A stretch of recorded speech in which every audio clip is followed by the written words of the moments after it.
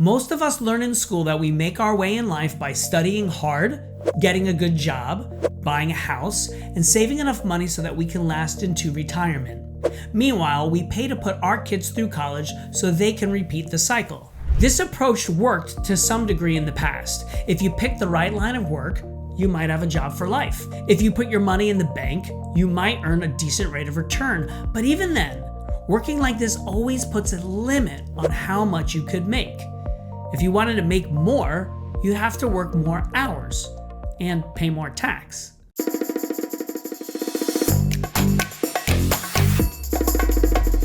Did you ever notice that the people who we think of as wealthy don't simply work more hours than everybody else?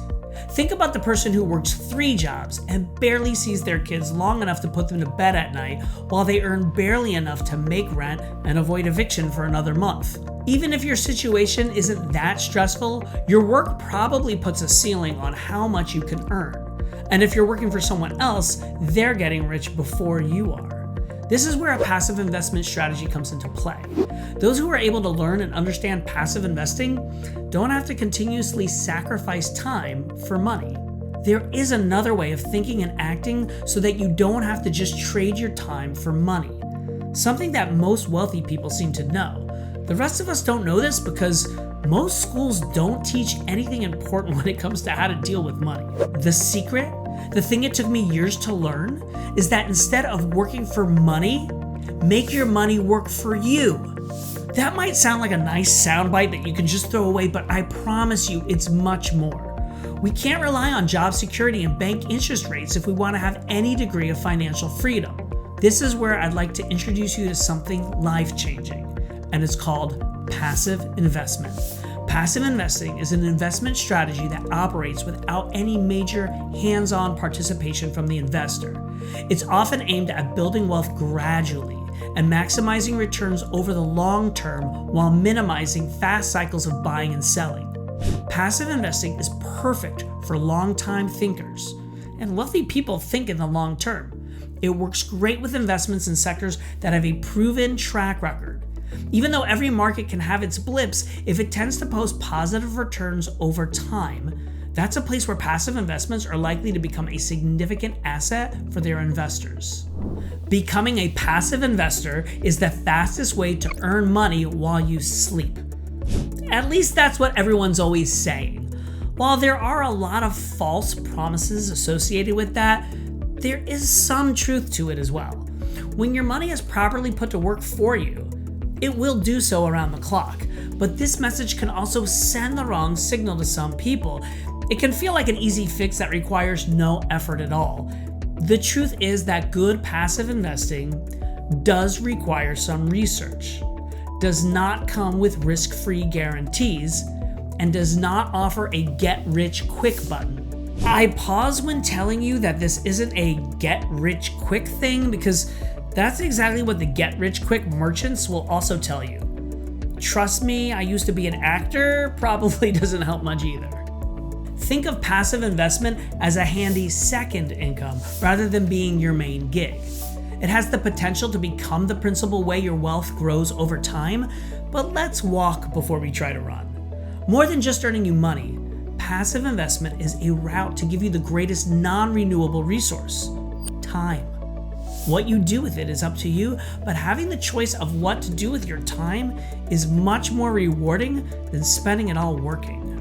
Now let's look at passive investing versus active investing. When you buy a house to rent or flip, that's an example of active investing. It's your responsibility to take care of the house, and every aspect of managing the property is up to you. You're at the wheel, fully in charge of what happens next. So, what is passive investing? Passive investing is the opposite of active investing, or at least kind of. You still need to do your homework up front and vet the deals you get into and the people who operate them. When you've done your checks, you can relax and let the investment generate returns for you while you get on to something more fun. For medium and long-term investments, passive investment portfolios require virtually no maintenance and often produce more tax-efficient returns. My area of interest is passive investment in real estate. Why not Bitcoin or other cryptocurrencies or NFTs. They're all blowing up on social media right now. Yes, you could make a lot of money from them, but remember, they're all new and operate in untested markets. Now, I may try to swing for the fences once in a while. I mean, I've got a little Bitcoin and I've even invested in Broadway shows, but I prefer base hits, something steady and predictable. There's a fine line between investing and speculating. Real estate, on the other hand, is about as old a market as it gets, and passive investments are ideal for mature markets that yield a return in the long term. Until we're all uploaded to the Matrix, we'll need places to live. Fulfilling such a basic human need is always of value, and that means passive investing in real property makes sense. I found that passive investing usually requires you to have a sizable amount to invest. Most investment offerings begin at $50,000 in return for a passive second stream of income to boost your main earnings. Now, if you're finding this video interesting, subscribe to my YouTube channel so you'll know when I post something new about passive investing. I'm not a financial advisor, and everything I talk about in my videos, articles, and in my book, Backstage Guide to Real Estate, are based on what I've learned on my own journey to financial freedom. In real estate, passive investment boils down to two main categories: funds and individual syndications. With funds, your money is invested in a package of multiple properties. You don't get to scrutinize the individual components of this pool, so you must trust the fund managers to make the right choices. Trust is the minimum table stakes here. If you don't trust the people who you're dealing with on your behalf, you shouldn't give them a dime. With individual syndications, your money is invested through a private group that is raising equity together to go after a property. Now, pooling financial strength in this way means you can think way beyond a single family home. A syndication could get you a stake in an entire apartment complex, a hotel, or even a Broadway show. Now, try doing that on your own. It would be pretty much impossible unless you are already super wealthy. There's plenty of fine detail you need to know before picking an option and diving into this stuff yourself.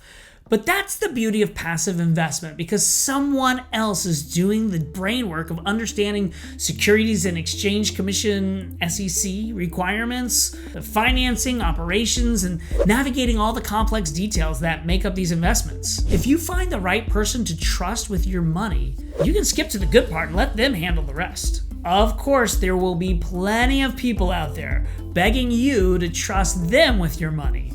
It should take a while for you to build that trust with them. Let's be honest. That's why I make these videos, write articles, and put everything I've learned into my book.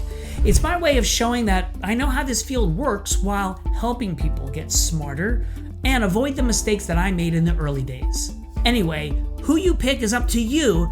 Just be sure it's a good one. You might wonder what a former actor could know about passive investment. Well, the answer is long enough to fill a book, so that's what I've done in my Backstage Guide to Real Estate. What follows is a little bit about how I see this field. I've learned that successful passive investing comes from assessing the sponsor, the market, and the deal.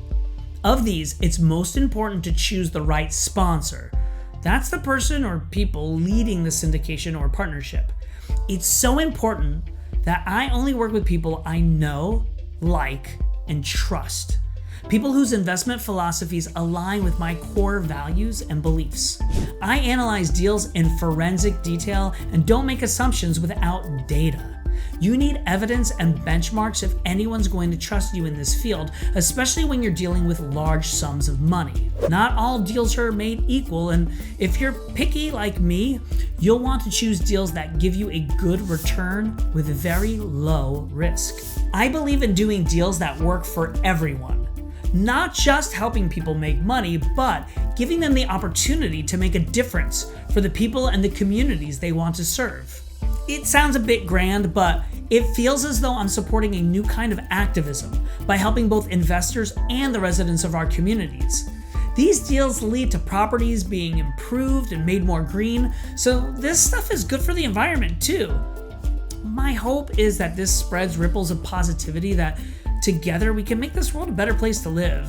If all you care about is the cold hard cash and buying that Lambo, I might not be your guy.